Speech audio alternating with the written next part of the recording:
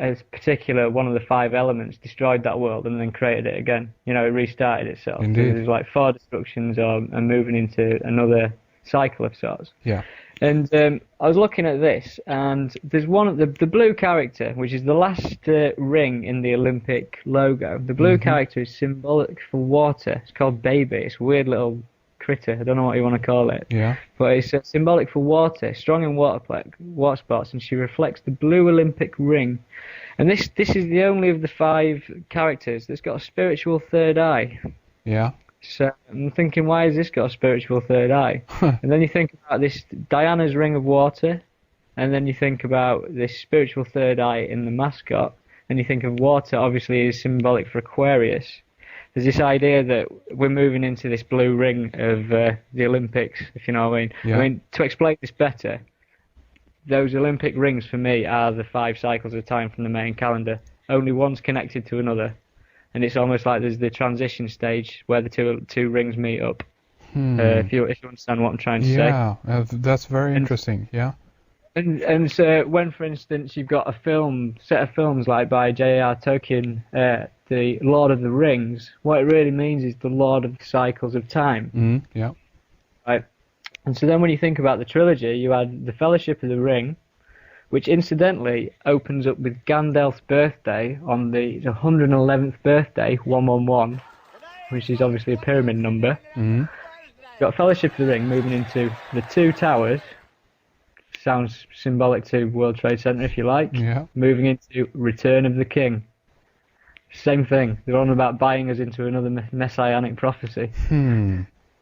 So, do you know what I'm saying about this symbolically ring cycle thing? It's all basically insinuating that throughout the cycles of time, something has had control of everything.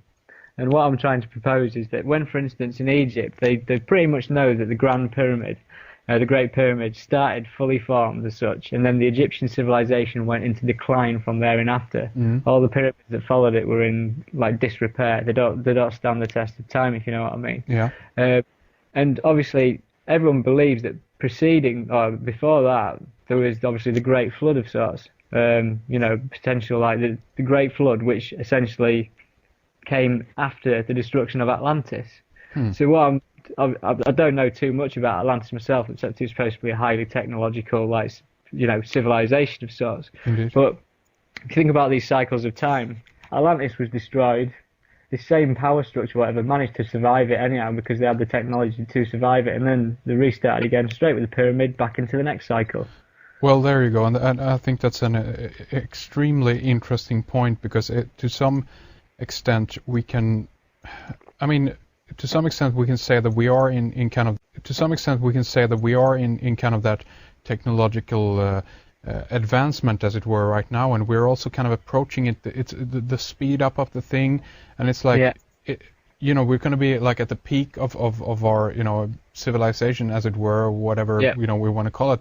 And I think basically at the same time as everything is, the technological singularity, call it what you will, this kind of the high point of our achievement. At the same time that we actually reach that pinnacle, we could potentially also kind of fall again, so to speak. And this could be a moment, and this might where will we be around 2012? I don't know. Yeah. Well, I can take this now after this. I've covered the cycles. I could pretty much tell you what the religion of the New World Order is as well. Okay. If you want to know that, I'd love to. Share with us, please. Well, basically, if you're reading Revelations, chapter 11, verse 12. Now a great sign appeared in heaven: a woman clothed with the sun and the moon under her feet. Remember the moon because that's symbolised with Isis. And on her head a garland of 12 stars, like the 12 stars of the EU flag. But basically, in Revelations, it refers to the breaking of the 7 seals. Right. In the Mayan prophecies for Chilam, a high priest, in 1560, there was a prophecy written about the arrival of Christianity and the arrival, this was like the end of the Mayan calendar prophecies of sorts. And he said, there the masters of our souls arrived. There the counties were distributed to their chiefs. There we began to learn the holy faith. There water began to enter our heads. There were laid the foundations of the high church, the palace of God.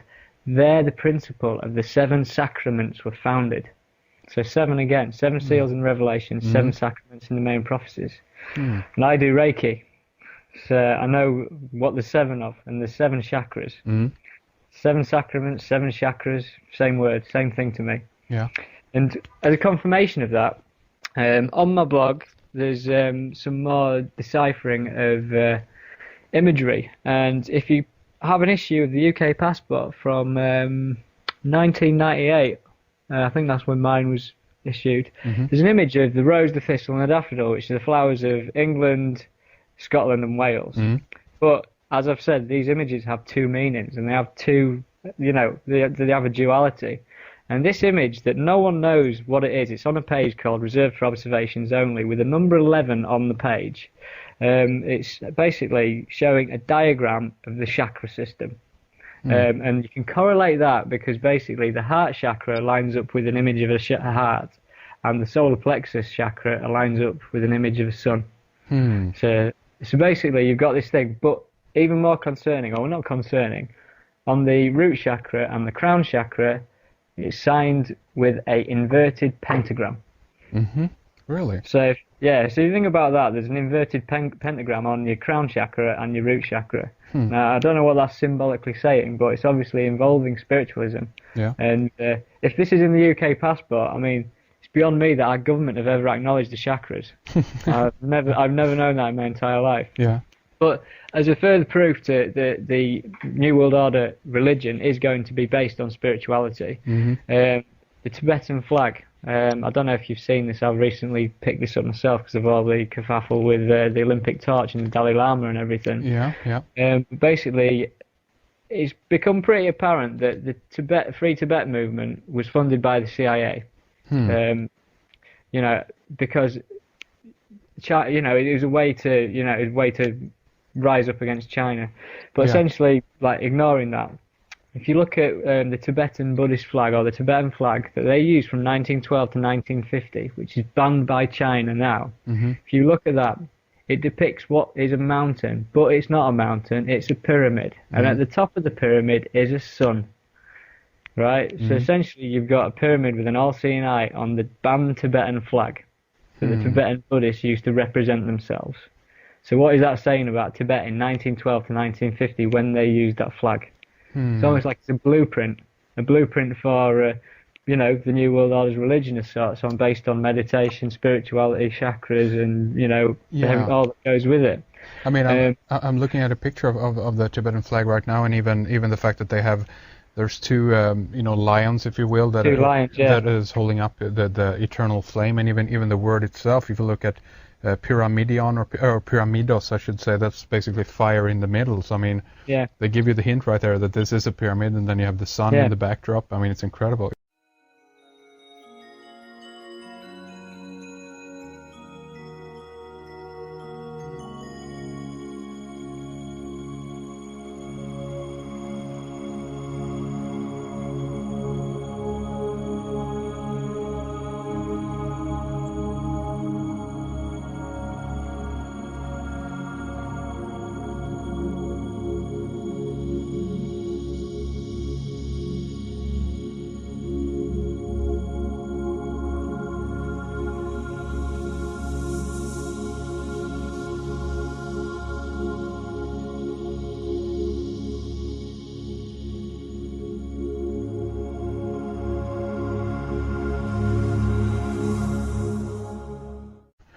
Yeah, you see what I'm saying? Yeah, of course, yeah. So you've got this thing, and I've got a recent picture of the Dalai Lama sat giving a press conference, and his head was aligned perfectly with the back of that sun.